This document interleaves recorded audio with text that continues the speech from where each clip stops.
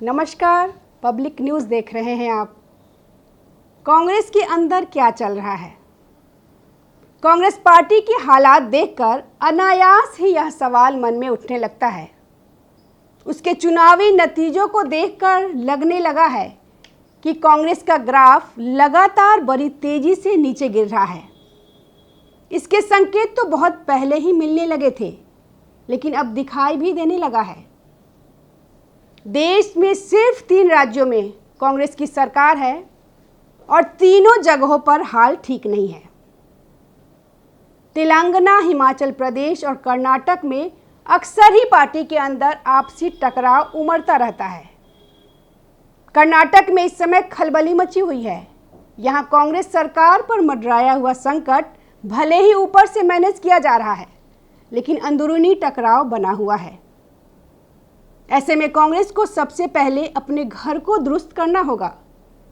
इसके बाद ही वह देश में मजबूत विपक्ष की भूमिका निभा सकती है। ऐसा लग रहा है कि अब कांग्रेस की अंदरूनी कलह बाहर सड़क पर आ गई है। खासकर पार्टी के दिग्गज जैसे बयानबाजी कर रहे हैं, वो किसी से छुपी नहीं रह गई। पार्टी के सारे राष्ट्रीय स्तर के नेता गुटबाजी पर उतर आए हैं। कांग्रेस अध्यक्ष की कोई सुनता नहीं, यह तो उन्होंने संकेत दे ही दिया है। पार्टी में उनकी हैसियत सिर्फ एक रबर स्टाम्प से ज़्यादा नहीं रह गई। राहुल गांधी की कोई सुनता नहीं, उनके पार्टी में उनकी नाफरमानी से भी नहीं बाज आ रहे हैं। केसी वेणुगोपाल ने यह करके दिखा दिया। विदेशों में तो उनकी छवि खराब है ही, पाकिस्तान और चीन में तो वे काफ़ी लोकप्रिय हैं। अब जबकि चीन से जिनपिंग लापता हो गए हैं, उसका दुख किसी और को हो ना हो, उनको जरूर हो रहा होगा। शशि थरूर जिसे नेता तो उनकी जगह मोदी जी को खुलेआम प्राइम एसेट कह रहे हैं। खरगे और थरूर के बीच की खींचातानी साफ बता रही है कि कांग्रेस में सचमुच में कुछ भी ठीक नहीं चल रहा है। उनके पार्टी छोड़ने की अटकलें भी चल रही है। सिद्धारमैया और डीके शिव कुमार के बीच मनमुटाव चल ही रहा है। कांग्रेस आलाकमान ने ऑल इंडिया कांग्रेस कमेटी के महासचिव रणदीप सुरजेवाला को संकट हल करने के लिए भेजा। बैठक हुई, वह विधायकों से मिले भी। मीटिंग के बाद सारी बयानबाजी भी हो गई कि ऑल इज वेल।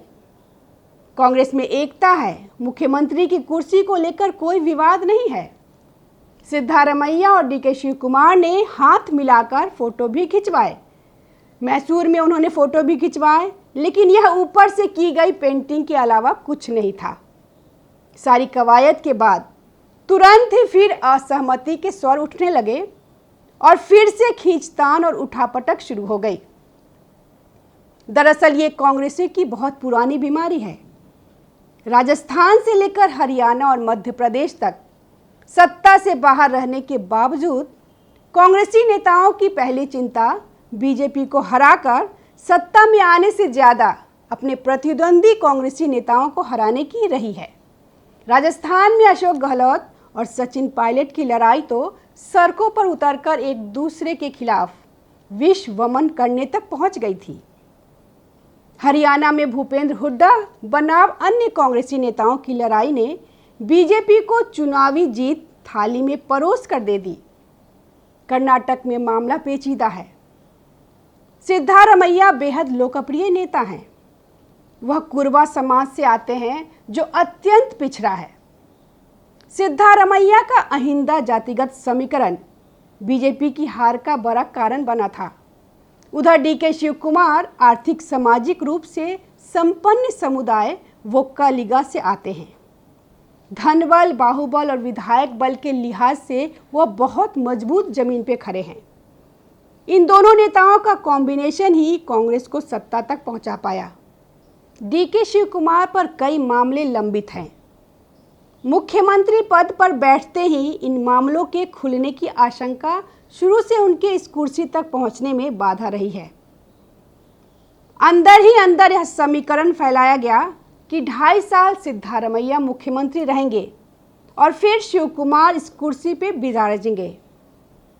हालांकि इस समीकरण की घोषणा कभी सार्वजनिक तौर पर नहीं की गई, लेकिन खास तौर से शिव कुमार के खेमे वाले विधायकों को इस बात पर विश्वास है कि पार्टी आलाकमान उन्हें मुख्यमंत्री बनाएगा।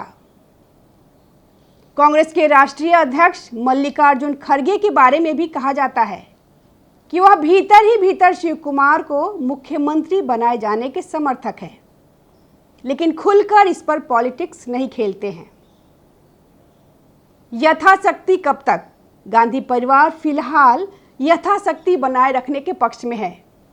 उसे पता है कि इस नाजुक दौर में सिद्धारमैया को खोना कांग्रेस के लिए खतरनाक साबित हो सकता है, लेकिन राजनीति में लंबे समय तक यथास्थिति का बना रहना संभव नहीं होता।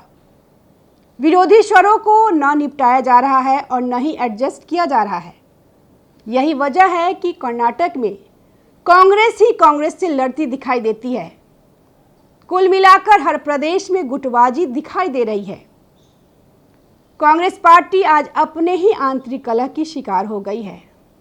हर जगह नेता एक दूसरे पर आरोप लगाने में लगे हैं। हर कोई अपनी जगह पर कुर्सी का दावेदार बना हुआ है।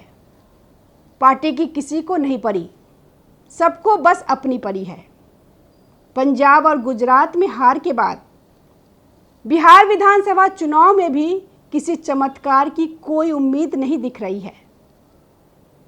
इंडिया गठबंधन के माध्यम से भी सत्ता से अभी कोसों दूर है।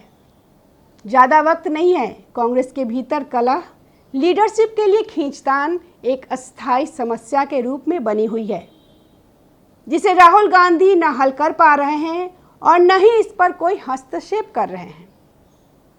कुर्सी की चाह कांग्रेस के नेताओं में इस कदर बढ़ रही है कि वे इसके लिए अपनी पार्टी की सरकार तक कुर्बान करने को तैयार हो जाते हैं। क्या कर्नाटक में भी देर सवेर इसी दिशा में बढ़ेगा? इसका जवाब कांग्रेस के शीर्ष नेतृत्व को ही देना होगा। अभी तो घमासान चल रहा है। उससे साफ है कि राहुल गांधी के पास ज़्यादा समय नहीं है। जल्द ही उन्हें हस्तक्षेप करना होगा। अभी तो फिलहाल वे हेराल्ड मामले में ईडी के लिए दिए गए सवालों के जवाब देने में लगे हैं। नमस्कार। ताज़ा खबरों से जुड़े रहने के लिए हमारे चैनल को सब्सक्राइब करें और बेल आइकन को दबाना ना भूलें, ताकि हर खबर की नोटिफिकेशन आपको मिलती रहे।